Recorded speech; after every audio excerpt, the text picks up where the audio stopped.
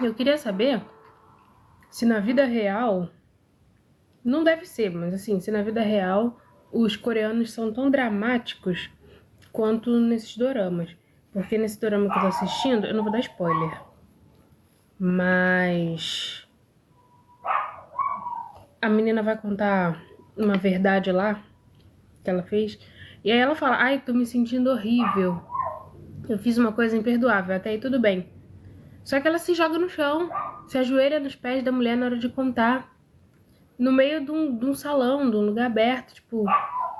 Ai, será que eles fazem isso na vida real? Tipo, são tão dramáticos na hora de se desculpar ou de... Já aconteceu pelo menos 3 vezes nesse mesmo dorama de alguém fazer alguma coisa errada e pedir desculpa e ficar ajoelhado na porta da casa da pessoa.